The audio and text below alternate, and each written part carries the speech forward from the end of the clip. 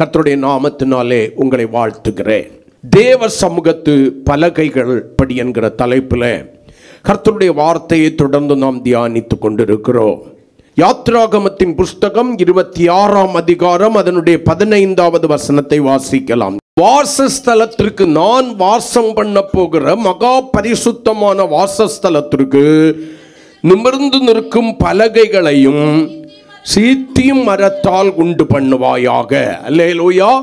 அதற்கு கீழே நீங்கள் வாசிக்கிறதான வேளையில் அந்த பலகைகள் எப்படிப்பட்டதாக இருக்க வேண்டும், என்ன அளவாய் இருக்க வேண்டும் என்பதை குறித்த பிரமாணத்தை எல்லாம் ஆண்டவர் கொடுக்கிறார். அந்த பலகைகள் பொன் தகடு பதிக்க வேண்டும் என்பதை குறித்தும், அந்த பலகைகள் எதன் மேல் நிறுத்தப்பட வேண்டும் என்கிறதான காரியத்தை குறித்தும் ஆண்டவர் பிரமாணத்தை கொடுக்கிறார். இது ஆசரிப்பு கூடாரம் என்கிற தேவனுடைய வாசஸ்தலத்திலே நிறுத்தப்பட்ட பலகைகள் என்று சொல்லி நான் உங்களுக்கு சொன்னேன். அப்ப ஆண்டவர் சொல்லுகிறார், முதலாவது அது சீத்தியும் மரத்தினால் நிமிர்ந்து நிற்கும் பலகைகளை உண்டு பண்ணுவாயாக. அல்லேலூயா.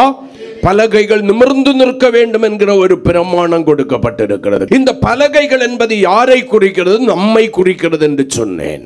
கிறிஸ்துவின் இரத்தத்தினாலே சம்பாதிக்கப்பட்ட அவருடைய சபையாகிய சரீரத்தில் அவயங்களாய் இணைக்கப்பட்டிருக்கிற நம்மை குறிக்கிறது. நிறைய காரியங்களை குறித்து நான் உங்களுக்கு சொன்னேன். அப்ப முதலாவதாக நீ தேவ சமூகத்தின் பலகையாய் மாற வேண்டும் என்றால் ஒரு காரியத்தை சொன்னேன்.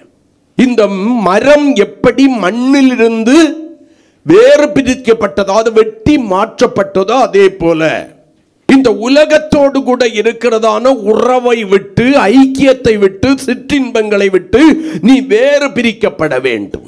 நீ வேறு பிரிக்கப்படாதது வரைக்கும் தேவ சமூகத்தின் பலகையாய் மாறுவது சாத்தியமல்ல என்று சொன்னேன். சபை என்பது வேறு பிரிக்கப்பட்ட கூட்டம். ஆனால் சபை இன்றைக்கு உலகத்தோடு கூட கலந்து உலகத்திற்கு ஒத்த வேஷம் தரிக்கிறது. நீங்கள் இப்பிரபஞ்சத்திற்கு ஒத்த வேஷம் தெரியாமல் என்று சொல்லி ரோமர்லே 12ஆம் அதிகாரம் 2வது வசனத்தில் நம்ம வாசித்து தியானிச்சோம். அப்ப தேவனுடைய பிள்ளைகள் உலகத்திலே வாழ்ந்தால் கூட உலகத்தோடு கூட கலந்திருக்க வேண்டியவர்கள் அல்ல. பழைய ஏற்பாட்டு சபைக்கே ஒரு பிரமாணம் கொடுக்கப்பட்டிருந்த அவர்கள் ஜாதிகளோடு கலந்திராமல் தனித்து வாசமாயிருப்பார்கள். பஸ்காட்டுக்குட்டியின் இரத்தத்தினாலே மீட்கப்பட்ட சபையானது அப்படிப்பட்ட வேறு பிரிக்கப்பட்டதான ஒரு பிரமாணத்தை பெற்றதாயிருந்ததே. ஆனால் கிறிஸ்துவின் இரத்தத்தினாலே மீட்கப்பட்டிருக்கிற, கிறிஸ்துவின் சரீரத்திலே அவயங்களாய் மாற்றப்பட்டிருக்கிற தேவனுடைய சபையாகிய நாம் எவ்வளவு வேறு பிரிக்கப்பட்டவர்களாய் இருக்க வேண்டும். நீங்கள் இதை பழைய ஏற்பாட்டு உபதேசம் என்று தள்ளிவிட முடியாது. காரணம், புதிய ஏற்பாட்டின் சபையின் ஆரம்ப காலத்திலே அப்போஸ்தலர் 2ஆம் அதிகாரத்தில் எழுதும் போது வேதம் சொல்லுகிறது, நீங்கள் இந்த மாறுபாடான சந்ததிகளை விட்டு உங்களை ரட்சித்துக் கொள்ளுங்கள். கொரிந்தியர்ல வரும்போது இவர்களை விட்டு விலகுங்கள் என்று எழுதப்பட்டிருக்கும். அல்லேலூயா. 2 தீமோத்தேயுவிலே இப்படிப்பட்டவர்களை விட்டு விலகு என்று எழுதப்பட்டிருக்கும். ஆமென். ஆகையினாலே காலகாலமாக சபை தன்னுடைய மனவாட்டியாக மாறப்போகிற சபை, தன்னுடைய சரீரமாய் இருக்கிற சபை வேறு பிரிக்கப்பட்டதாய் இருக்க வேண்டும். ஒரு முறை மனம் திரும்பினதாய் மட்டுமல்ல, திரும்பின மனதிலே குணப்பட்ட சபையாக, அதிலே மனம் திரும்புதலுக்கேற்ற கனிகளை கொடுக்கிறதான சபையாக இருக்க வேண்டும். எப்படி மண்ணிலிருந்து மரம் வெட்டி எடுக்கப்பட்ட பின்பு அந்த மண்ணுக்கும் அந்த மரத்திற்கும் சம்பந்தம் இல்லாத ஒரு பிரித்தெடுத்தல் உருவாகிறதோ, அதே போல இயேசு கிறிஸ்துவின் இரத்தத்தினாலே மீட்கப்பட்டிருக்கிறேன் என்கிற உறுதி உங்களுக்கு இருக்குமே. ஆனால் அதற்கு பின்பு இந்த உலகத்திற்கு ஒத்த வேஷம் தரிக்க கூடாது. நீங்கள் உலகத்திலிருந்து வேறு பிரிக்கப்பட்டவர்கள் என்கிறதை உணர்ந்து தேவனோடு கூட இணைந்திருக்கிறவர்களாய் மாற வேண்டும் என்று சொல்லி, முதலாவதாக மண்ணுக்கும் மரத்திற்கும் இருந்ததான உறவு அகற்றப்பட வேண்டும். இது வேறு பிரித்தல் என்று சொன்னேன். இரண்டாவதாக வெட்டி எடுக்கப்பட்ட மரத்தில் இருக்கிறதான கிளைகள் கழிக்கப்பட வேண்டும். கிளைகள் என்று சொல்லுகிறதான வேளையிலே ஒரு மரத்தினுடையதான அலங்காரத்தை குறிக்கிறது. அந்த மரத்திற்கு மிகவும் மேன்மையான ஒரு காரியம் கொடுக்கிற அலங்காரம் என்னன்னு கேட்டா அதனுடைய கிளைகள் தான். கிளைகள் இல்லாத மரம் அலங்காரம் பெறாது. பார்ப்பதற்கு அது வீணும் விருதாவுமாய் இருக்கும். அப்ப வெறுமையாக்கப்படுகிற ஒரு அனுபவம். சுபாவ கிளைகள் என்று சொல்லி அதை வேதம் நமக்கு புதிய ஏற்பாட்டிலே மொழிபெயர்த்திருக்கிறது. சுபாவ கிளைகளை அழித்து போட வேண்டும். அந்த சுபாவ கிளைகள் என்னன்னு பார்க்கும்போது ஜென்ம சுபாவம் என்று வேதம் சொல்கிறது. ஜென்ம சுபாவம் என்றால் என்ன? நம்முடையதான மாமிசத்தின் சிந்தைகளும் கிரியைகளும் என்று சொல்லி தியானித்தோம். கடந்த வாரத்திலே மூன்றாவது ஒரு காரியத்தை ஆரம்பித்த, கொஞ்சத்தை பேசிவிட்டு நான் நிறுத்திட்டேன் ஒரே காரியத்தோடு. அதிலே நான் உங்களுக்கு சொல்ல வேண்டிய சத்தியம் 5 உண்டு. அதிலே ஒரு காரியத்தை தான் நான் சொன்னேன். அப்ப மூன்றாவதாக என்ன? தோல் அல்லது பட்டை நீக்கப்பட வேண்டும். தோல் அல்லது பட்டை நீக்கப்படாத மரம் பலகையாய் மாறாது. பலகையாய் மாறுவதற்கு தன்னை அர்ப்பணிக்காத எந்த மரமோ தேவ சமூகத்தில் வர முடியாது. அது பிரயோஜனமற்றதாய், தள்ளப்பட்டதாய், அக்கினிக்கு இரையாகிறதாய் மாறிவிடும். இனி தேவ சமூகத்தில் நிறுத்தப்பட்ட பலகைகள் எல்லாம் அங்கே இருக்குமாண்ணா? நிறுத்தின பிறவைக்கு உனக்கு சுபாவம் மாற சொன்னா ஆண்டவர் பிடிங்கி மாத்திக்கிட்டு வேற பலகையை வச்சிருவாரு. ஒரு சவுலை தூக்கிட்டு ஒரு தாவீதை வச்சது போல ஆண்டவர் பண்ணிடுவாரு. ஒரு சாலமோனுடைய பாவத்து நிமித்தம் அவனுடைய குமாரனை தள்ளிவிட்டு எரோபயாம் என்கிற ஒருவனை ஏற்படுத்தினதை போல கர்த்தர் ஏற்படுத்திடுவார். புதிய ஏற்பாட்டில் வரும்போது பொருளாசைக்காரனாய் இருந்ததான யூதாசை கர்த்தர் தள்ளிவிட்டு அவனுடைய ஸ்தானத்திலே இன்னொருவனை ஏற்படுத்தினதை போல உன்னை நிறுத்திருந்ததான அந்த ஸ்தானத்திலே இன்னொருவரை நிறுத்துவதற்கு தேவன் போதுமானவராயிருக்கிறார். அல்லேலூயா. அப்ப மூன்றாவது பட்டைகள் அல்லது தோள்கள் என்பது எதை குறிக்கிறதுன்னு சொன்ன? பெருமை அல்லது மேட்டிமைகள் என்று சொன்னேன். அல்லேலூயா. அதை குறித்து சில காரியங்களை வாசித்து தியானிச்சோம். அல்லேலூயா. வேதம் பெருமை அல்லது மேட்டிமையை குறித்து நமக்கு இப்படியாய் சொல்லுகிறது. அல்லேலூயா. எடுத்தவர்கள் வாசிக்கலாம். யாக்கோபுக்கு எழுதின நிருபம் 4ஆம் அதிகாரம் 6வது வசனத்தை வாசிங்க. அவர் அதிகமான கிருபை அளிக்கிறாரே, ஆதலால் தேவன் பெருமை என்கிற தோல் அகற்றப்படாதவர்களுக்கு, பட்டை அகற்றப்படாதவர்களுக்கு, நான் ஆவிக்குரியவன் என்று சொல்லியும் ஆவிக்குரியவள் என்று சொல்லியும் பெருமையாய் வாழ்ந்து கொண்டிருக்கிறவர்களுக்கு என்ன பண்ணுகிறாரு? எதிர்த்து நிற்கிறாரு. யார் அந்த பட்டையும் தோலும் ஆகிய நான் இன்னாள் என்று அடையாளம் காட்டுகிற பெருமை அல்லது மனமேட்டிமையை அகற்றி விடுகிறார்களோ அவர்களுடைய வாழ்க்கையில தான் கர்த்தர் கிருபை அளிக்கிறார். கிருபை தாருன்னு நீங்க கேட்க வேண்டியதே இல்லை. கிருபை பெற்றுக் கொள்வதற்கு உங்களை தகுதிப்படுத்துகிற ஒரு காரியம் தாழ்மை. அந்த தாழ்மையை குறித்து வேதம் சொல்கிறது மிகுந்த மனத்தாழ்மை. இதை 1 பேதுரு 5ஆம் அதிகாரம் 5வது வசனத்துல அப்போஸ்தலனாகிய பேதுருவும் நமக்கு சொல்றார். அந்தபடி இளைஞரே மூப்பருக்கு கீழ்ப்படியுங்கள், வயது முதிர்ந்தவர்களுக்கு கீழ்ப்படியுங்கள். அந்தபடி இளைஞரே, வாலிபர்களே, மூப்பருக்கு, உங்களை பார்க்கணும் வயது முதிர்ந்தவர்களுக்கு கீழ்ப்படியுங்கள். நீங்கள் எல்லோரும் ஒருவருக்கு ஒருவர். அப்ப கீழ்ப்படிதல் என்பது எங்க வருகிறது? எங்கிட்ட பெருமை இல்லை, நான் மனத்தாழ்மை உள்ளவள் என்பதை எனக்கு அடையாளம் காட்டுகிறது. அல்லேலூயா. அப்ப தேவனுடைய வார்த்தைக்கும் தேவனுடைய வார்த்தையை நமக்கு சொல்லுகிறவர்களுக்கும் நம்ம கீழ்ப்படியாம போனோம்னா அந்த கீழ்ப்படியாமைக்குள்ளால என்ன இருக்கு? மனமேட்டிமையாகிய பெருமை வாழ்ந்து கொண்டிருக்கிறது. அல்லேலூயா. நீங்கள் எல்லாரும் ஒருவருக்கொருவர் கீழ்ப்படிந்து மனத்தாழ்மையை அணிந்து கொள்ளுங்கள். மனத்தாழ்மையை அணிந்து கொள்ளுங்கள் என்று சொல்கிறார். ஏனாம் பெருமை உள்ளவர்களுக்கு தேவன் எதிர்த்து நிற்கிறார். தாழ்மை உள்ளவர்களுக்கு தான் அவர் என்ன பண்ணுகிறார்? கிருபை அளிக்கிறார். யாக்கோபு 4ஆம் அதிகாரம் 10வது வசனத்தில் வாசிச்சு பார்த்தீங்கன்னா யாக்கோபு மறுபடியும் சொல்கிறார், யாருக்கு முன்னால தாழ்மைப்படணும்? கர்த்தருக்கு முன்பாக தாழ்மைப்படுங்கள், அப்பொழுது அவர் உங்களை தேவ சமூகத்து பலகைகளாக உயர்த்துவார். ஆமீன் சொல்லுங்களேன். அல்லேலூயா. நான் என்கிற சுயம் உனக்குள்ளே வாழ்ந்து கொண்டிருக்கும் வரைக்கும் யாரு என்ன சொன்னாலும் கேட்க மாட்டேன், என் வழி தனி வழின்னு யோசிச்சு கொண்டிருக்கிறது வரைக்கும் கர்த்தர் எவ்வளவுதான் பேசினாலும் அவர் பேசிக்கிட்டு போகட்டும், நான் கேட்காததா இதை விட எவ்வளவெல்லாம் கேட்டிருக்கிறேன்னு சொல்லி சிவட்டு விரியனை போல உன்னுடைய செவிகளை அடைத்து கொண்டிருக்க வரைக்கும், தேவனுடைய வசனங்கள் உனக்குள்ளாய் கிரியை செய்ய முடியாதபடி உன்னுடைய இருதயத்தை நீ கடினப்படுத்தி வைத்துக் கொண்டிருக்கிறது வரைக்கும் நீ தேவ சமூகத்து பலகையாய் மாறுவதற்கு என்ன பண்ணல? தகுதிப்படல. உன்னை நீ சொல்லிக் கொள்ளலாம், நான் என்ன பண்ணி இருக்கிறேன், வேறு பிரிக்கப்பட்டிருக்கிறேன். என் காத்துல கழுத்துல கடந்ததையெல்லாம் நான் என்ன பண்ணி இருக்கிறேன், கலற்றி.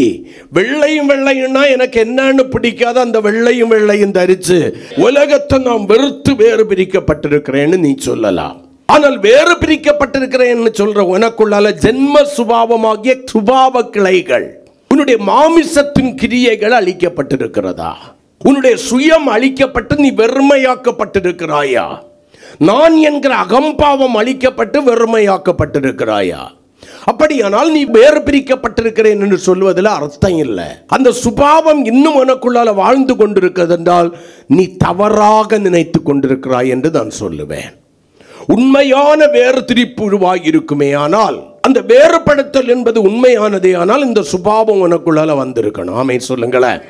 எதையும் மாமிசத்தின்படி சிந்திக்கிறவர்களாய் அல்ல, ஆவியின்படி சிந்திக்க ஆரம்பித்து விடுவீர்கள். சகோதரன் ஆனாலும் சகோதரி ஆனாலும் சரி, இந்த பகல் காலத்தில் நான் ஒன்று சொல்றேன், நீங்கள் எவ்வளவுதான் வெளிப்புறமான மாறுதலை உங்களுக்குள்ளாய் ஏற்படுத்தி கொண்டாலும் உங்களுடைய புறம்பான மனிதன் நாளுக்கு நாள் அழிந்து உள்ளான மனிதன் கிறிஸ்துவிலே பலப்படவில்லை என்றால், உங்களுக்குள்ளாய் கிறிஸ்துவனுடைய சாயல் துளிர்விட்டு அந்த சாயல் உங்களிலே வளர்ந்து பெருகவில்லை என்றால், யோவான் சொன்னதை போல நான் சிறுகவும் அவர் பெருகவும் வேண்டும் என்று இருக்கிறேன் என்று சொன்னதான வார்த்தையின்படி அவர் உங்களுக்குள்ளாய் வளர்ந்து பெருகுதல், அதாவது இயேசு என்கிற மகிமையின் சாயல் உங்களுக்குள்ளாய் பூரணப்படுவதற்கு வளராவிட்டால், கிறிஸ்துவினுடையதான நிறைவான வளர்ச்சிக்கு ஒப்பான வளர்ச்சியாய் நீங்கள் வளராவிட்டால், நீங்க எத்தனை வருஷம் ஆவிக்குரியவர்கள் என்று சொன்னாலும் ஒரு பிரயோஜனமும் இல்லை.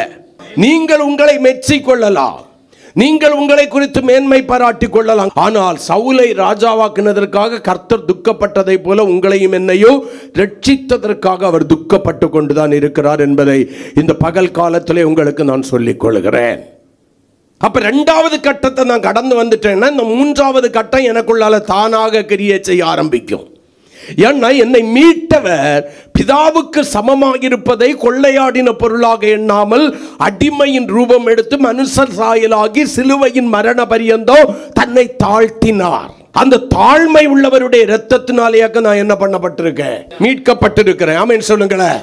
அந்த தாழ்மை உள்ளவருடைய இரத்தத்தினால நான் மீட்கப்பட்டிருக்கிறபடியினால, அந்த இரத்தம் உண்மையாகவே என்னுடைய பாவங்களை சுத்திகரித்திருக்கிறது உண்மையானால், அவருடைய ஆவி என்னை அபிஷேகித்திருக்கிறது உண்மையானால், அந்த சுபாவம் எனக்குள்ளால வரணும். மனத்தாழ்மை கண்டிப்பா இருக்கும். அந்த மனத்தாழ்மை தேவனுக்கும் தேவ மனுஷருக்கும் ஒருவருக்கொருவரும் கீழ்ப்படுகிற அனுபவத்தை நமக்குள்ளால கொண்டு வரும். மனைவி கணவனுக்கு, பிள்ளைகள் பெற்றோருக்கு கர்த்தருக்குள் பயப்படுவார்கள், கீழ்ப்படிவார்கள். ஆமென் சொல்லுங்கள். அப்படித்தானே வேதம் சொல்லுது. எஜமான்களுக்கு வேலைக்காரர்கள் கீழ்ப்படிய வேண்டும் என்று வேதம் சொல்றது. வேதம் சொல்லுகிறபடி நீங்க கீழ்ப்படிய வேண்டிய நேரத்தில் மிகுந்த மனத்தாழ்மை இருந்துச்சுன்னா கீழ்ப்படிவீர்கள். உங்களுடைய கீழ்ப்படியாமையை நியாயப்படுத்திக் கொள்வதற்கு நீங்கள் என்ன பண்ண மாட்டீங்க, சாக்கு போக்கு சொல்ல மாட்டீங்க. அப்ப நல்லா கவனிங்க, மனத்தாழ்மை வரணும். அதுதான் அந்த தோல் நீக்கப்படுதல். தோல் அல்லது பட்டை என்பது எதை குறித்து சொன்ன, பெருமை அல்லது மனமேட்டிமை, ரெண்டு காரியத்தையும் குறிக்கும். மனமேட்டிமை இருக்கிற இடத்துல என்ன வரும், பெருமை வரும். பெருமை இருக்கிற இடத்துல மனமேட்டிமை வரும். அல்லேலூயா. கடந்த நாட்களிலே ஒரே ஒரு காரியத்தை, எவைகளில் பெருமை அல்லது மேட்டிமை இருக்கிறது என்று சொல்லி ஒரு காரியத்தை சொன்னேன். யாக்கோபுக்கு எழுதினதான நிருபம் 3:5 உங்களுக்கு சுட்டி காண்பித்து, பேச்சில் நாம் பெருமையும் மனமேட்டிமையும் உடையவர்களாக இருக்கிறோம்.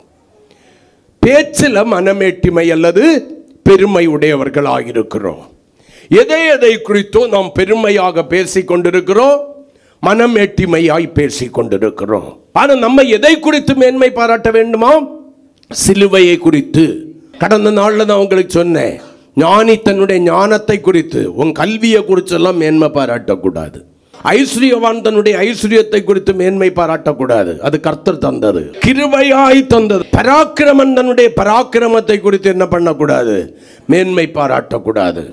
கர்த்தராகிய என்னை அறிந்திருக்கிறதை குறித்தே மேன்மை பாராட்ட வேண்டும் என்று எரேமியா 9:23-24 ஆண்டவர் சொன்ன ஒரு காரியத்தை உங்களுக்கு சுட்டி காண்பித்தேன். ஆமென் சொல்லுங்களேன். அப்ப பேச்சில் நம்மையும் அறியாமல் மேட்டிமை அல்லது மேட்டிமையான பேச்சு அல்லது பெருமையான பேச்சு வெளிப்படுகிறது. அப்ப இரண்டாவது எதிலே வெளிப்படுகிறது? பிலிப்பியருக்கு எழுதின நிருபம் 2ஆம் அதிகாரம் 3வது வசனத்தை ஒருவர் வாசிக்கலாம்.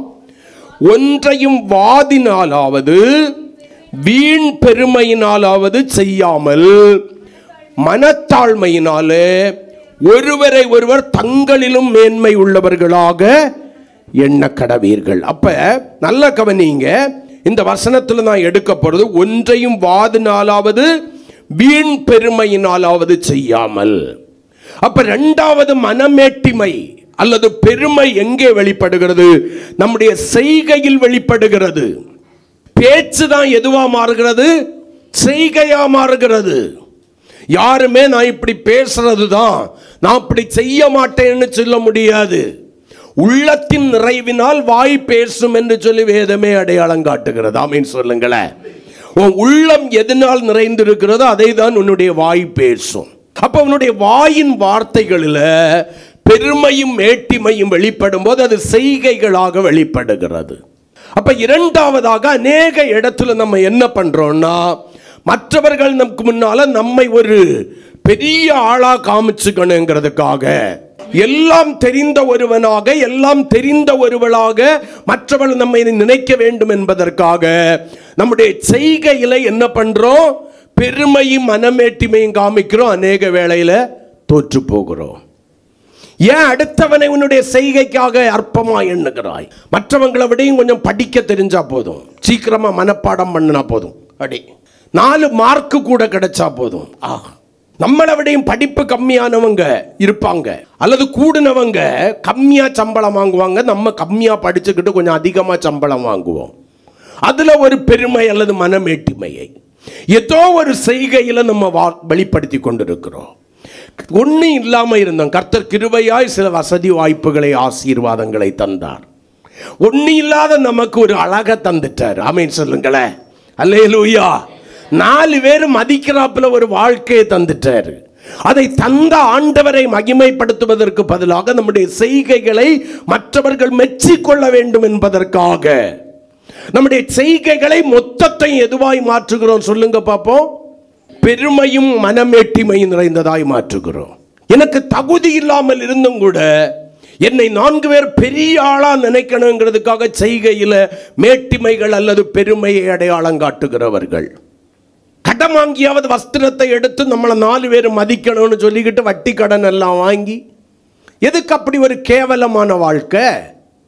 எனக்கு இதுதான் இருக்கு, இப்படிதான் நான் வாழுவேன். வேதத்தில் பவுல் சொல்லுவாரு, ஒன்னும் இல்லாதவன் எல்லாம் இருக்கிறவனை போலவும், எல்லாம் இருக்கிறவன் ஒன்னும் இல்லாதவனை போலவும். இன்னைக்கு எல்லாம் இருக்கிற அநேக தேவனுடைய பிள்ளைகள் ஒன்றும் இல்லாதவர்களை போல அடையாளம் காட்டிக் கொள்கிறார்கள். சிலரை நீங்க அடையாளம் பார்த்தீங்கன்னா தெரியும், அவங்களுக்கு எதுவுமே தெரியாது. ஆனா எல்லாம் தெரிஞ்சது போல இந்த பேதுருவின் ஆவி அவர்களுக்குள்ள கொஞ்சம் கிரியை செய்யும். எல்லாம் தெரிந்தது போல என்னுடைய செய்கைகளை வெளிப்படுத்தி பெருமையை பாராட்டிவிட்டு ஒன்றும் தெரியாமல் நான் அந்த இடத்துல வெட்கப்பட்டு போவதை பார்க்கிறோம். அல்லேலூயா. ஒன்றும் தெரியவில்லை என்று இருந்துவிட்டு தேவையான வேளையிலே தெரிந்ததில் தேவையானதை அங்கே வெளிப்படுத்தும் போது கர்த்தர் மகிழுகிறார், என்னை கனம் பண்ணுகிறார். ஆமீன் சொல்லக்கூடாதா? அல்லேலூயா. நல்லா கவனிக்கணும் செய்கைகள்.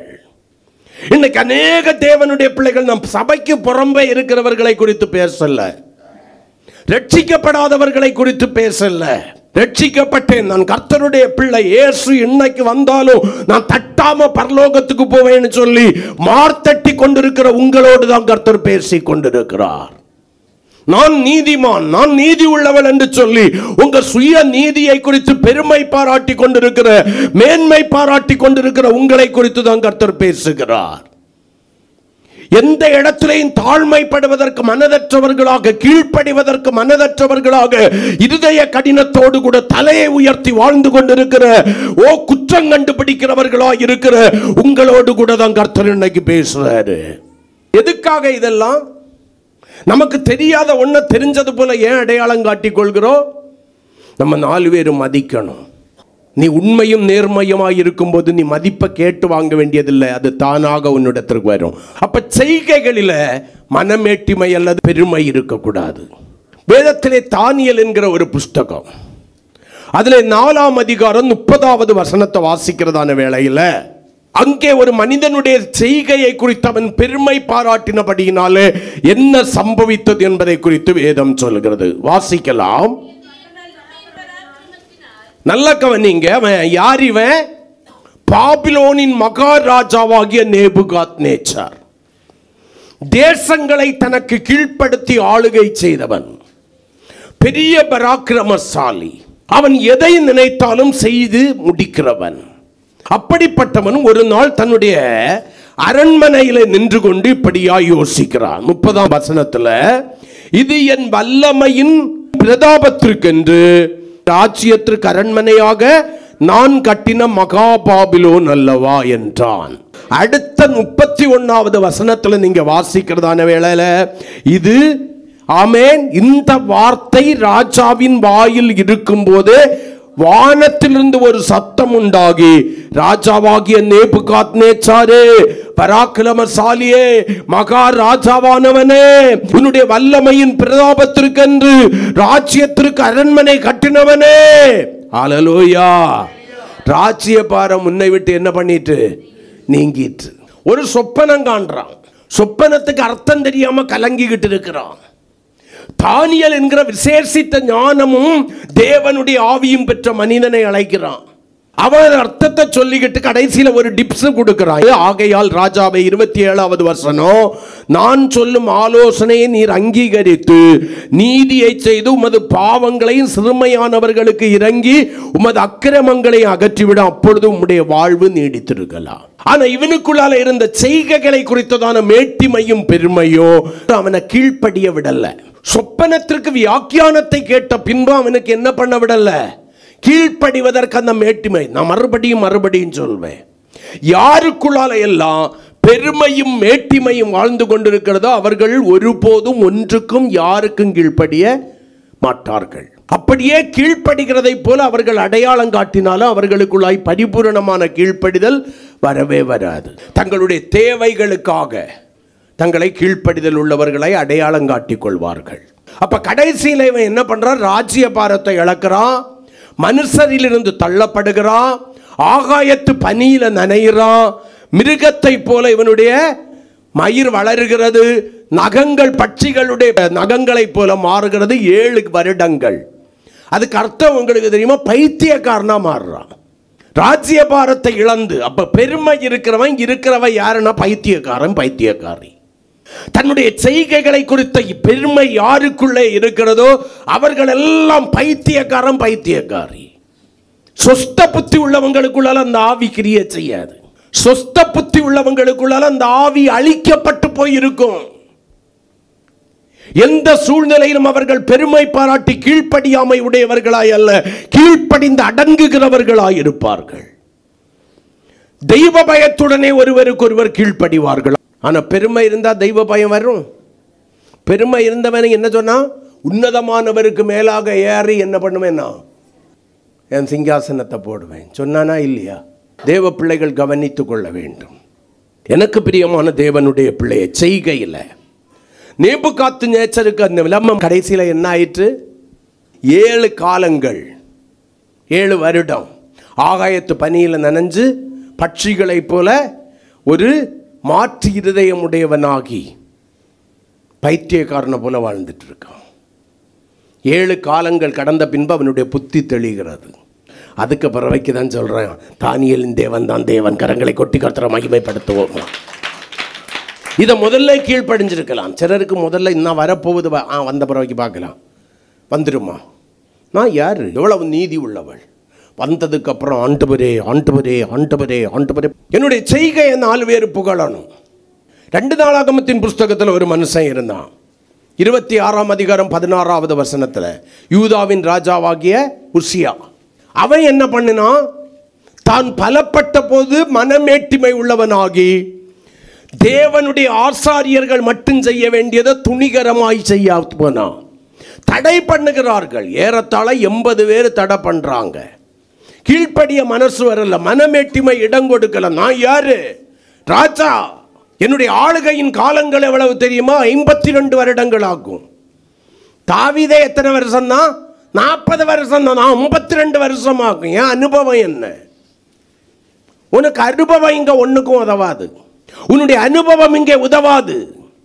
உன்னுடைய அனுபவம் எந்த அளவிற்கு கிறிஸ்துவுக்குள் தேறினவளாய் உன்னை மாற்றி இருக்கிறது. கடைசியில் யாரா மாறினா? ஆளுகையை இழந்து, சிங்காசனத்தை இழந்து, குஷ்டரோகியாய் மாறி தனித்து வாசம் பண்ணி கொண்டிருக்கிறான், சபிக்கப்பட்டவனாக. உங்களுக்கு ஒன்று தெரியுமா? தேவனுடைய ஐக்கியத்தையும் சமூகத்தையும் அன்பையும், கர்த்தருக்கு ஸ்தோத்திரம், அவரோடு கூட உள்ள ஐக்கியத்தையும் இழந்து நீங்கள் தனித்து விடப்படுகிறீர்கள். தீட்டுள்ளவர்களாய் மாறுவீர்கள். செய்கையில். மூன்றாவதாக நினைவுகளில். ரோமருக்கு எழுதின நிருபம் 12ஆம் அதிகாரம் 16வது வசனம். ஒருவரோடு ஒருவர் ஏக சிந்தை உள்ளவர்களாயிருங்கள், மேட்டிமையானவைகளை சிந்தியாமல் தாழ்மை உள்ளவைகளுக்கு இணங்குங்கள், உங்களே புத்திமான்கள் என்று எண்ணிக்கொள்ளாதிருங்கள். முதல்ல பேச்சு, ரெண்டாவது செய்கைன்னு சொன்னா, முதல்ல இந்த சிந்தை தான் வந்திருக்கணும். சிந்தை பேச்சா மாறும், பேச்சு செய்கையா மாறும், கொஞ்சம் ஆர்டர் மாறும், அவ்வளவுதான். மேட்டிமையான சிந்தைகள். சிலர் பேச மாட்டாங்க, பேசும்போது ஆனா சிந்தை முழுவதும் எதுவா இருக்கும்? மேட்டிமையாய், பெருமையாய் இருக்கும். தங்களை தாழ்மை உள்ளவர்களைப் போல வெளியே அடையாளம் காட்டிக் கொள்கிற அநேக பேருடைய சிந்தைகள் இன்னைக்கு எப்படி இருக்குன்னா, மேட்டிமை நிறைந்ததாய், பெருமை நிறைந்ததாய் இருக்கிறது. சிந்தைகளிலே மேட்டிமை, சிந்தைகளிலே பெருமை தோல் இன்னும் உரிக்கப்படல. வெளியே தாழ்மை உள்ளவர்களைப் போல பேசுகிற அநேக பேருக்குள்ளால என்ன இல்லை? சிந்தையில தாழ்மை இல்லை, பெருமை. இந்த சிந்தையில பெருமை வந்துச்சுன்னா பெற்றவர்களுக்கு கூட அடங்காது, கணவனுக்கும் அடங்காது, கணவனாக இருந்தால் மனைவிக்கும் அடங்காது, சபைக்கும் அடங்காது. நம்ம எல்லாரையும் சொல்லணும் இல்லை. ஒரு பக்கம் யோக்கியம்னு நம்ம என்ன பண்ணிடக்கூடாது, விட்டுறக்கூடாது. முழு அயோக்கியங்க. ஆனால் யோக்கியம் உள்ளவர்களை போல அடையாளம் காட்டிக் கொள்கிறோம். நீதிக்கு நமக்கும் சம்பந்தம் இல்லை. பெரிய நீதி உடையவர்களை போல அடையாளம் காட்டிக் கொள்கிறோம். சிந்தைகள் முழுவதும் எதுவாக இருக்கிறது? பெருமையும் மேட்டிமையுமாய் இருக்கிறது. வேதம் சொல்லுது, மேட்டிமையானவைகளை சிந்தியாதிருங்கள், மன தாழ்மைக்கு இணங்குங்கள். தாழ்மை உள்ளவைகளுக்கு இணங்குங்கள், ஒத்துப்போங்க. மேட்டிமையான சிந்தை உங்களை தாழ்மை உள்ளவைகளுக்கு இணங்க விடாது, உங்களை தாழ்மைப்பட விடாது. கீழ்ப்படியணும்னு தோணினாலும், ஒரு தவறுன்னு நீங்க புரிந்து கொண்டாலும் அந்த தவறை விட்டு மனம் திரும்ப ஒத்துக்கொள்ளாது, மனம் திரும்புறதுக்கு விடாது. You are perfect, you are perfect, you are perfect. ஒன்ன குடிச்சது இப்படியே சொல்லிக்கிட்டு இருக்கோம். நீ சரியான ஆள், நீ சரியான ஆள், நீ நல்லவன், நீ நல்லவன், நீ சரியான ஆள், நீ அவங்க தான் தப்பு. இருதயம் முழுவதும் அப்படிப்பட்ட மேட்டிமையான சிந்தையினால நிரம்பி இருக்கும், பெருமையினால நிரம்பி இருக்கும். மேட்டிமையும் பெருமையும் வந்துச்சுன்னா கூட இன்னொன்று வரும். என்னது? அகந்தை. இந்த பெருமை அல்லது மனமேட்டிமை எங்க இருந்து வருதான் தெரியுமா? மார்க் எழுதின சுவிசேஷம் 7ஆம் அதிகாரத்தில் நீங்க வாசிக்கிறதான வேளையில் 20 முதல் 22 வரையிலான வசனங்களை வாசிக்கிறதான வேளையில் ஆண்டவராகிய இயேசு சொல்வார், மனுஷனுடைய இருதயத்திற்குள்ளிருந்து புறப்படுகிறதே மனுஷனை தீட்டுப்படுத்தும். எப்படி எனில், மனுஷனுடைய இருதயத்தில் இருந்து பொல்லாத சிந்தனைகளும், விபச்சாரங்களும், வேசித்தனங்களும் எல்லாம் சொல்லிக்கிட்டு பெருமைகளும் அங்கே இருக்கும். இருக்கா? இருக்கா இல்லையா? இருக்கு. பெருமைகளும் புறப்பட்டு வரும். இவைகள் புறப்பட்டு வந்து மனுஷனை என்ன பண்ணுதா? பரிசுத்தத்தை இழக்க செய்கிறது. அவர்களை தீட்டுள்ளவர்களாய் மாற்றுகிறது, அவர்களை அசுத்தர்களாய் மாற்றுகிறது. பேசினா கூட என்ன பண்ணிடலாம், யாரோ நமக்கு தவறுன்னு சொல்லும் போது திருந்திடுவோம். செய்கையை பார்த்து கூட அன்பு சகோதரா, தம்பி, தங்கச்சி, இது தப்பு, திருந்துன்னு யாரோ ஒரு தங்க சொல்லிடுவாங்க. ஆனா மனசுக்குள்ளால பெருமையும் மேட்டிமையும் வச்சுக்கிட்டு சிந்தையில மனமேட்டிமையும் பெருமையுமாய் இருக்கும்போது யார் நமக்கு சொல்ல முடியும்? அந்த சிந்தை உங்களை எதுவா மாற்றுகிறது? தீட்டுள்ளவர்களாய் மாற்றி பரிசுத்தத்தை இழக்க செய்து தேவனுடைய ராஜ்யத்திற்கு புறம்பாக்கி போடுகிறது. அதனாலதான் பலகையே ஒன்னுல என்ன பண்ணினாரு தெரியுமா? தேவ சமூகத்தில் போய் நிக்கிறதுக்கு முன்னால பொன் தகட்டால் மூட சொன்னார். கரங்களை கொட்டி கர்த்தரை மகிமைப்படுத்துவோம். இனி நீ வெளிப்படக்கூடாது, சித்தியுமே உன்னுடைய சுபாவம் வெளிப்படக்கூடாது. நீ என்ன மரங்கிறது வெளிப்படக்கூடாது. நான் இன்ன வம்சத்தான், இன்ன கோத்திரத்தான் என்கிற சிந்தை உனக்குள்ளால வெளியில வரக்கூடாது. உனக்கு மூடி இருக்கிற பொண்ணு மட்டும்தான் வெளிப்படணும். அப்ப தீட்டுப்படாதவர்களுக்குள்ளால இருந்து என்ன வெளிப்படும்? பரிசுத்தம் வெளிப்படும். பரிசுத்தத்துல பூரணமடைய ஆரம்பிப்பாங்க. அவங்க பரிசுத்தத்துல வளர ஆரம்பிப்பாங்க. உங்க பரிசுத்தம் எப்படி இருக்கு? உங்க சிந்தனைகளாலே தீட்டுப்பட்டு கிடக்கிறீர்களோ? உள்ளான மனிதனில் இருந்த பரிசுத்தம் இழந்து, மகிமையான அனுபவங்களை இழந்து, வெளிச்சத்தை இழந்து, வேதம் சொல்லுதில்ல, உன் சரீரம் முழுவதும் இருளாகாதபடிக்கு எச்சரிக்கையாயிருந்து. கர்த்தர் கொடுத்த ரட்சிப்பு என்கிற வெளிச்சத்தை இழந்து உன் சரீரம் முழுவதும் இருளாவதற்கு காரணம் என்ன தெரியுமா? உன் சிந்தையில் இருக்கிறதான மேட்டிமை. நமக்கு 12th முடிக்கிறதுக்கே தகுதி இருந்திருக்காது. ஆண்டவர் கிருபையா என்ன பண்ணியிருப்பார் தெரியுமா? நம்ம பேருக்கு பின்னால் ஒரு டிகிரியோ ஒரு மாஸ்டர் டிகிரியோ சேர்த்துருப்பார். நமக்கு அடுத்து காலு கீழே நிற்கணுமே. காலு நிறத்தில் நிற்க மாட்டேங்குது. ஐயா எதை கொடு, நான் படிச்சிருக்கேன். அந்த சிந்தை உள்ளால இருந்து எப்படி தெரியுமா வெளிப்படுது? அப்பாவா அம்மாவை போய் ஏதாவது சொல்ல, உங்களுக்கு ஒன்றும் தெரியாது, சும்மா இருங்க. ஏன் அவனுக்கு அனுபவத்தில் பாதி வயசு உனக்கு இல்லை, நீ அவனை சும்மா இருங்கிற, நீ அவளை சும்மா இருங்கிற. என்னைக்காவது யோசிச்சு பாரு, அவனுக்கு அனுபவத்துக்கு பக்கத்தில் உனக்கு படிப்பு வருமானு யோசிச்சு பாரு. உங்களுக்கு ஒன்றும் தெரியாது. அவனுக்கு எல்லாம் தெரிஞ்சதுனால தான் உனக்கு பேருக்கு பின்னால் 3 எழுத்து வரணும்னு நினைச்சு. ஆமேன்னு சொல்லுங்களேன். ஒரு பிஏயோ, ஒரு பிஎஸ்சியோ, ஒரு பிகாமோ, ஒரு எம்ஏயோ, ஒரு எம்எஸ்சியோ, 2-3 எழுத்து வந்துட்டு போகிற ஒரு பி, ஒரு எம்இ, ஒரு எம்பிஏ வரட்டுமே என் பிள்ளைக்கு பின்னால. நான் இழந்ததை என்னுடைய பிள்ளை அனுபவிக்கட்டுமே. உங்களுக்கு ஒன்றும் தெரியாது, சும்மா போங்க, உங்களுக்கு ஒன்றும் தெரியாது. இன்னைக்கு சில அப்பமாரும் அம்மை பாரும் பிள்ளைக்கு எல்லாம் தெரிஞ்சிச்சுன்னு சொல்லிக்கிட்டு பிள்ளை சொல்றதுக்கெல்லாம் பூம்பு மாடு போல ஆட்டிக்கிட்டு இருக்கிறீங்களா? தவறு பண்ணுகிறீர்கள். எப்ப பிள்ளைக்கு நல்ல புத்தி சொல்லி கொடுக்காம, புத்தி தெளிய வைக்காம, பிள்ளை சொல்றதெல்லாம் சரி சரின்னு சொல்லி ஒத்து போகிற பெற்றோராய் நீங்கள் இருக்கிறீர்களோ, அந்த பிள்ளையின் நிமித்தம் ஒரு நாள் நீங்கள் துக்கப்படுவீர்கள். நல்லது சொல்லி கொடுப்போம், கேட்காது. கேட்கலன்னா கழுத போகுது, விடு. நீ சொல்லலன்னு இருக்கக்கூடாது. ஏன் கான்செப்ட் அதுதான். சொல்ல வேண்டியதையெல்லாம் சொல்லிட்டியா, விட்டுதே. கேட்டா நல்லா இருக்கும். ஒவ்வொரு தகப்பனுக்குள்ள, ஒவ்வொரு தாய்க்குள்ளாலும் வாழ்ந்து கொண்டிருக்கிற ஒரு காரியம் உண்டு. நான் பட்ட நிந்தையை, நான் பட்ட அவமானத்தை, நான் பட்ட அந்த வேதனையை, நான் அடைந்த அந்த துக்கத்தை என்னுடைய பிள்ளைகள் அடைந்து விடக்கூடாது. சிந்தை பெருமையினால் நிரம்பி இருக்கிறது. யோசித்துக் கொள்ளுங்கள். இங்க யாரும் யாரை பார்க்கலும் மேலானவர்கள் அல்ல. எல்லாரும் கிறிஸ்துவின் சரீரத்தின் அவயங்களே. ஆமே. வலது கண்ணோ இடது கண்ணோ, வலது கையோ இடது கையோ, வலது காலோ இடது காலோ, வலது காதோ இடது காதோ, எதுவா இருந்தாலும் எல்லாரும் கிறிஸ்துவினுடைய சரீரத்தின் அவயங்களை. அப்ப நினைவுகளில பெருமை, மனமேட்டுமை, அதை விட்டு மனம் திரும்பணும். 4வதாக நீதிமொழிகள் 27:1 வாசிங்க. எங்க நம்முடையதான பெருமை அல்லது மனமேட்டிமை வெளிப்படுகிறதுன்னு பார்ப்போம். நாளைய தினத்தை குறித்து பெருமை பாராட்டாதே, ஒரு நாள் பிறப்பதை அறியாயே. பேச்சில பெருமை, செய்கையில பெருமை, நினைவுகளில் பெருமை. அதோடு கூட முடிஞ்சிச்சுன்னா இன்னும் தோல் தொடருது. பட்டை இன்னும் மாற்றப்பட வேண்டியது இருக்கு. அது எங்க? நாளைய குறித்த பெருமை. இன்னைக்கு நம்ம அநேக பேர் இதை தான் செய்துகிட்டு இருக்கிறோம். ஆவிக்குரியவர்கள் என்று சொல்கிற நான் மற்றவங்களை குறித்து பேசல. நான் இன்னும் 5 வருஷத்துல, நான் இன்னும் 10 வருஷத்துல, நான் இன்னும் 3 வருஷத்துல என்ன பண்ண போற? அந்த நாய்ங்கிறத எடுத்துட்டு அந்த நாயை மாற்றிக்கிட்டு கர்த்தர் என்னை உயர்த்தி வைப்பார்னு சொல்லிப்பாரு.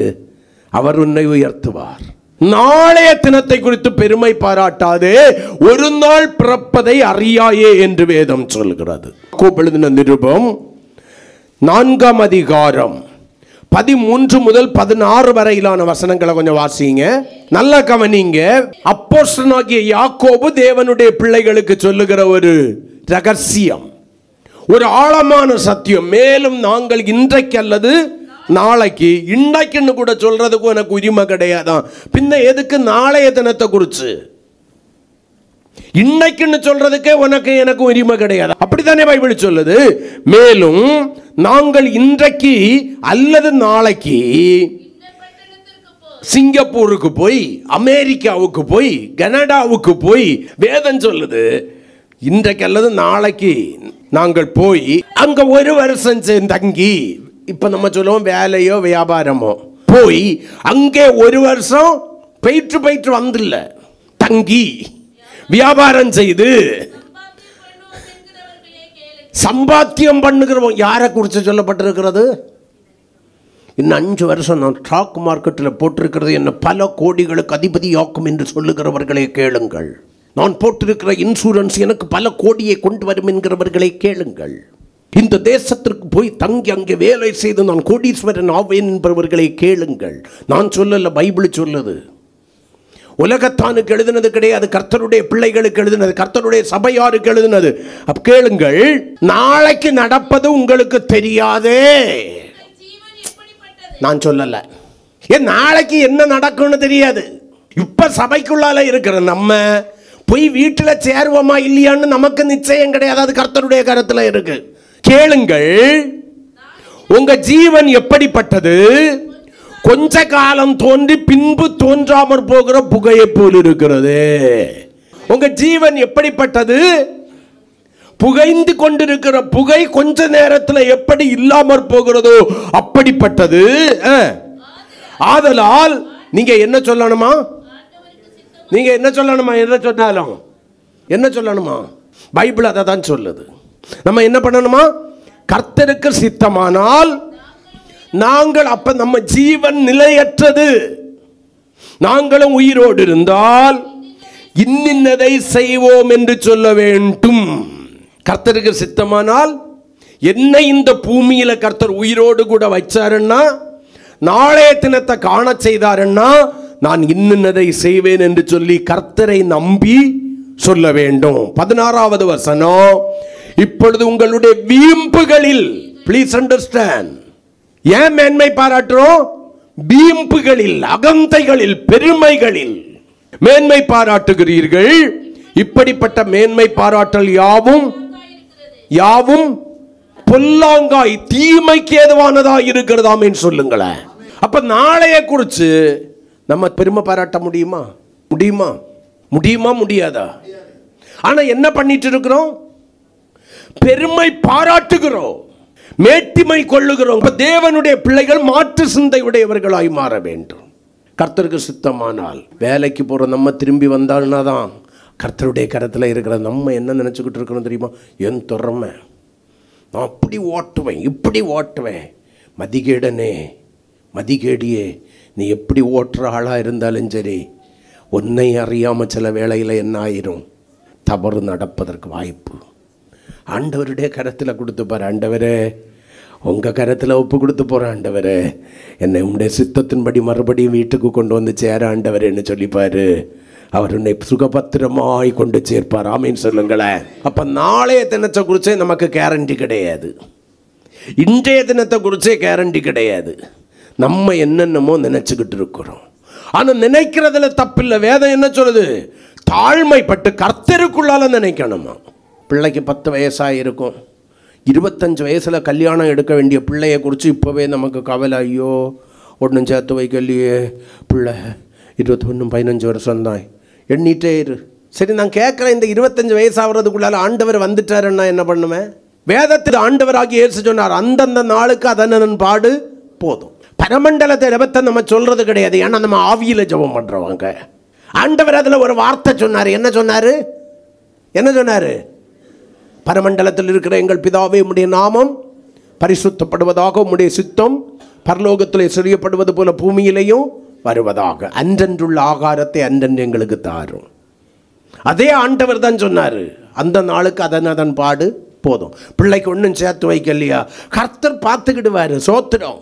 நாளைய தினத்தை குறித்து பெருமை பாராட்டாத, கர்த்தருக்கு சித்தத்துக்கு ஒப்பு கொடு. மேலே இருக்கிற ஒன்றை கீழே தள்ளவும் ஆண்டவரால முடியும், கீழே ஒன்று இல்லாமல் இருக்கிற ஒன்றை உயரத்தில் கொண்டு வைக்கவும் கர்த்தரால முடியும். 1 லட்சம் சம்பளம் இருக்குன்னு ஒருத்தனை கல்யாணம் பண்ணிட்டேன்னா அடுத்த நாளே வேலை இல்லாமல் வந்து நானா என்ன பண்ணுவேன்? எல்லாம் உன் கையில் தான் இருக்க. வேலை இருக்கிற பொண்ணை தான் கல்யாணம் பண்ணுவேன், அவளுக்கு வேலை இல்லைன்னா என்ன பண்ணுவேன்? கர்த்தர் நடத்துவாருன்னு சொல்லிப்பாரு. நம்பிக்கை கர்த்தர் மேல இருக்கட்டும். நாளைய தினச்சு நான் அப்படி வாங்கிடுவேன், இப்படி இந்த நினைப்பு இருக்கும் வரைக்கும் சத்தியமாக சொல்கிறேன், ஒன்றும் வாங்க மாட்டோம். கர்த்தர் தருவாருன்னு சொல்லிப்பாரு. என்ன இந்த பூமியில் வச்சாச்சன்னா கர்த்தர் என்னை மேன்மையாக வைப்பாருன்னு சொல்லிப்பாரு. கர்த்தருடைய ஆசீர்வாதம் எனக்கு உண்டாகும்னு சொல்லிப்பாரு. கர்த்தர் எந்த நிலைமையில் வச்சாலும் நான் மனரம்யமாக இருக்க கற்றுக்கொண்டேன்னு சொல்லிப்பாரு. கர்த்தர் உன்னையும் உன் குடும்பத்தை நடத்துவார். ஆமேன்னு சொல்லுங்களேன். பட்டை நீக்கப்படணும். நாளைய குறிச்சதான் அந்த பெருமை. ஒரே ஒரு காரியத்தை கூட சொல்லி முடிச்சிரு. 5ஆவதாக நான் சொல்ல போற ஒரு காரியம் ரொம்ப முக்கியமானது. விரோதத்தை குறித்து பெருமை பாராட்டக்கூடாது. விரோதத்தை குறித்து நிறைய தேவனுடைய பிள்ளைகளுக்குள்ளால மேட்டிமையாய் பெருமையா வாழ்ந்து கொண்டிருக்கிறது விரோதம். வீட்டுக்குள்ளாலையும் விரோதம், சபைக்குள்ளாலையும் விரோதம். ஒருவரை உருக்கமாய் அன்பு கூற வேண்டும் என்று வேதம் சொல்லுது. ஒருவர் குற்றங்களை ஒருவர் மன்னித்து, கிறிஸ்து உங்களுக்கு மன்னித்தது போல நீங்களும் மன்னிக்கிறவர்களாக இருக்கணும்னு வேதம் சொல்லுது. ஆனால் யாரு செத்தாலும் எனக்கு ஒரு நிறைய சந்தேகத்தில் இந்த ஒரு சந்தேகம். செத்தாலும் வாசல்ல மதிக்க மாட்டேன். செத்த பறவைக்கு எப்படி வாசல்ல மதிப்ப? பேயாவா? அப்ப நீ பரலோகத்துக்கு போக மாட்டேன், கன்ஃபார்ம். அப்ப ஆவிய இளைப்பாறுதல் நீ உலகத்துல தான் அலைவேன், என்ன பரலோகத்துக்கு போவேன். அதுதான் நம்பிக்கை. என் ஆவி என்னை விட்டு பிரியும் போது மண்ணில் எடுக்கப்பட்ட சரீரம் மண்ணுக்கு திரும்ப ஆவி தந்த தேவனிடத்திற்கு போகணும்னு பைபிள் சொல்லுது. நான் அந்த நம்பிக்கை உள்ளவன். அடுத்த வீட்டு வாசல்ல மிதிக்க போக மாட்டேன். விரோதத்தை குறித்து வசனம் இருக்கான்னு கேட்டா வசன ஆதாரத்தில் தானே உங்களுக்கு சொல்லி தரணும். யாக்கோபு 3ஆம் அதிகாரம் 14-16 வசனங்களை வாசிக்கலாம். 14-16. உங்கள் இருதயத்திலே கசப்பான வைராக்கியத்தையும் விரோதத்தையும் வைத்தீர்களானால் நீங்கள் பெருமை பாராட்டாதிருங்கள். அப்ப எதை குறித்து பெருமை பாராட்டக்கூடாது? விரோதத்தை குறித்து பெருமை பாராட்டாதிருங்கள். சத்தியத்திற்கு விரோதமாய் பொய் சொல்லாமலும் இருங்கள். 16. வைராக்கியமும் விரோதமும் எங்கே உண்டோ அவர்களுக்குள்ள சமாதானம் இருக்காது, கலகமும் சகல துர்ச்செய்திகளும் உண்டு. எனக்கு சமாதானம் இல்லை. உள்ளுக்குள்ளால என்ன இருக்கு தெரியுமா? விரோதம் இருக்கு, பகை இருக்குன்னு அர்த்தம். பகையும் விரோதமும் இருந்துச்சுன்னா அங்க என்ன இருக்காது? சமாதானம் இருக்காது. உட்கார்ந்துட்டு பாடலாம். சமாதானம் கோதும் இயேசு கிறிஸ்து இவர்தா இவர்தா இவர்தா. எங்க சபைக்கு வாருங்க, இயேசு சமாதானம் தருவாரு. இதுக்கே சமாதானம் இல்லாமல் பித்து பிடிச்சது போல அரைஞ்சுக்கிட்டு நின்றுக்கிட்டு மற்றவங்கள்ட்ட போய் சொல்லுது சமாதானம் தருவார் வாங்க. அவங்க பாப்பாவை இதுக்கே சமாதானம் இல்லாமல் அங்கேயும் இங்கேயும் நெருப்பு பிடிச்சி அலைகிறது போல அலையுது. இது நமக்கு சமாதானத்தை குறித்து சொல்ல வந்திருக்கு. கலகம் உண்டாகும். கலகம் உண்டாச்சுன்னா உனக்குள்ளால எழும்புற கலகம் குடும்பத்துக்குள்ளால வரும். குடும்பத்துக்குள்ளால வர கலகம் எங்க வரும்? அடுத்து எங்க ரிப்ளேஷன் ஆகும்? சபைக்குள்ளால ஆகும், பிரதிபலிக்கும். எனக்குள்ளால இருக்கிற சமாதானம் என் வீட்டுக்குள்ளால சமாதானம் உண்டாகும். அல்லேலூயா. என் வீட்டுக்குள்ளால இருக்கிற சமாதானம் சபைக்குள்ளால உண்டாகும். கரங்களை கொட்டி என்ன நான் சமாதானம் பண்ணும்படி அழைக்கப்பட்டிருக்கிறேன். வேதம் எனக்கு சொல்லுது. எபிரேயர் 12ஆம் அதிகாரம் 14வது வசனத்துல நீங்க வாசிச்சீங்கன்னா வேதம் சொல்லுது, யாவரோடும் சமாதானமாயிருக்க நாடுங்கள். அடுத்த வார்த்தை சொல்லுது, பரிசுத்தம் இல்லாமல் ஒருவனும் தேவனை தரிசிப்பது இல்லையே. அப்ப நான் சமாதானத்தை இழந்துட்டேன்னா மற்றவர்களுடைய சமாதானம் இழப்பதற்கு நான் காரணமாய் மாறுகிறேன். அங்க என்ன உண்டாகுது? என்னுடைய பரிசுத்தத்தை நான் இழந்து போறேன். ஏன் சமாதான கேடு உருவாகிறது? பகை, விரோதம், தேவையில்லாத விரோதம். யாருக்கு நான் அடங்கி போக மாட்டேன். நம்ம கிட்ட முழு தப்ப வச்சுக்கிட்டு அடுத்தவங்களே தப்பு தப்பா சொல்லிக்கிட்டு இருப்போம், பேசிக்கிட்டு இருப்போம். கடைசி வரைக்கும் நம்முடைய தவறுகளை உணராத ஒரு கூட்டம், அப்படியே உணர்ந்தாலும் ஒத்துக்கொண்டு மனம் திரும்பாத இன்னொரு கூட்டம். உண்மையிலே மற்றவங்க தவறு செய்தால் கூட தேவ பிள்ளைகளாகிய நாம் எதை வெளிப்படுத்த வேண்டும்? எதை வெளிப்படுத்தணும்? சமாதானத்தை வெளிப்படுத்தணும். பகையே அல்ல, வைராக்கியத்தை அல்ல, தேவனுடைய பிள்ளையே. அப்படி நீ ரட்சிக்கப்பட்டன்னு சொல்லியும் உனக்குள்ளால பகை உணர்வும் வைராக்கியமும் இருந்துச்சுன்னா உனக்கு தோல் அல்லது பட்டை இன்னும் நீக்கப்படல. மேட்டிமையும் பெருமையும் உனக்குள்ளால பேச்சாய், செய்கையாய், நினைவாய், நாளையே குறித்ததாய், விரோதத்தை குறித்ததாய் எழும்பி நிற்கிறது. இயேசு இவைகளை எல்லாம் சிலுவையிலே செய்து முடித்தார். பூரண புருஷனாய் மாறினார்.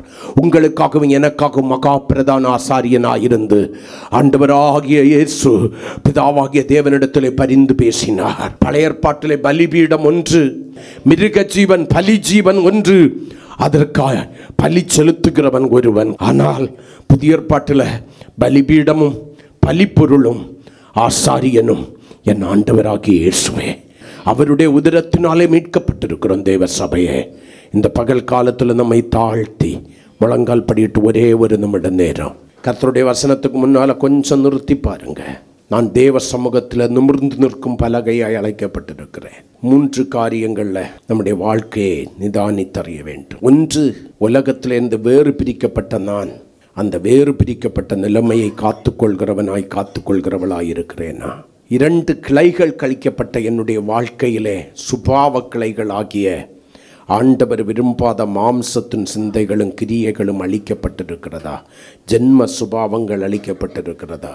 3வதாக, கிளைகள் பிழைக்கப்பட்டது என்று சொல்லுகிற என்னுடைய வாழ்க்கையில் பட்டைகள் அல்லது தோள்கள் என்னை யார் என்று இனம் அடையாளம் காட்டுகிற, நான் சித்தீம் என்று சொல்லி அடையாளம் காட்டுகிற, நான் இன்ன ஜாதியான், இன்ன கோத்திரத்தான், இன்ன பாசைக்காரன் என்று சொல்லி அடையாளம் காட்டுகிற, என்னுடைய படிப்பை குறித்து அடையாளம் காட்டுகிற, என்னுடைய குல பெருமைகளை குறித்து அடையாளம் காட்டுகிற தோள்களும் பட்டைகளும் நீக்கப்பட்டு, மேட்டிமைக்கு ஒப்பாயிருக்கிற தோள்களும் பட்டைகளும், பெருமைக்கு ஒப்பாயிருக்கிற தோள்களும் பட்டைகளும் அகற்றப்பட்டு தேவ சமூகத்து பலகையாய் மாறுவதற்கு என்னுடைய பேச்சில் இருக்கிற, என்னுடைய செய்கையில் இருக்கிற, என்னுடையதான சிந்தனைகளில் நினைவுகளில் இருக்கிற நாளைய குறித்த விரோதத்தை குறித்த எல்லா மேட்டிமைகளையும் எல்லா பெருமைகளையும் அழித்துவிட்டு நிமிர்ந்து நிற்கும் பலகையாய் மாறுவதற்கு, பொன்தகிட்டால் மூடப்பட்ட பலகையாய் மாறுவதற்கு என்னுடைய வாழ்க்கையை நான் அர்ப்பணிச்சிருக்கிறேன்னு சொல்லி இந்த பகல் காலத்தில் ஒரு நொடி நேரம் நம்ம நிதானித்தறிந்து ஆண்டவரே எனக்கு கிருபதாரம்னு சொல்லி ஹல்லேலூயா எல்லா பெருமைகளையும் விட்டு மிகுந்த மனத்தாழ்மையோடு கூட கர்த்தரை உத்தமமாய் பின்பற்றி தேவனுடைய ராஜ்யத்தில் சேருவதற்கு நம்மை அர்ப்பணிப்போமா? கர்த்தர் உங்க கூட தானே பேசுகிறாரு. அன்பு வாலிபனே, கன்னிகையே, பிரிய சகோதர சகோதரி, உங்களோடு கூட தானே பேசுகிறாரு. மறைந்து வாழ்ந்து கொண்டிருக்கிற மனமேட்டிமை, மறைந்து வாழ்ந்து கொண்டிருக்கிறதான பெருமைகள், அது ஒன்று எங்கே கொண்டு போய் விட்டுருந்த தெரியுமா? நித்திய நரகத்திற்கு. பெருமை உள்ளவன் தேவனுடைய ராஜ்யத்திற்கு போக முடியாது, உள்ளவள் போக முடியாது. தாழ்மைப்படுவோம், நிதானித்தறிவோம், கர்த்தரால் ஆசீர்வதிக்கப்படுவோம். கர்த்தர் நம்மை ஆசீர்வதிக்கட்டும்.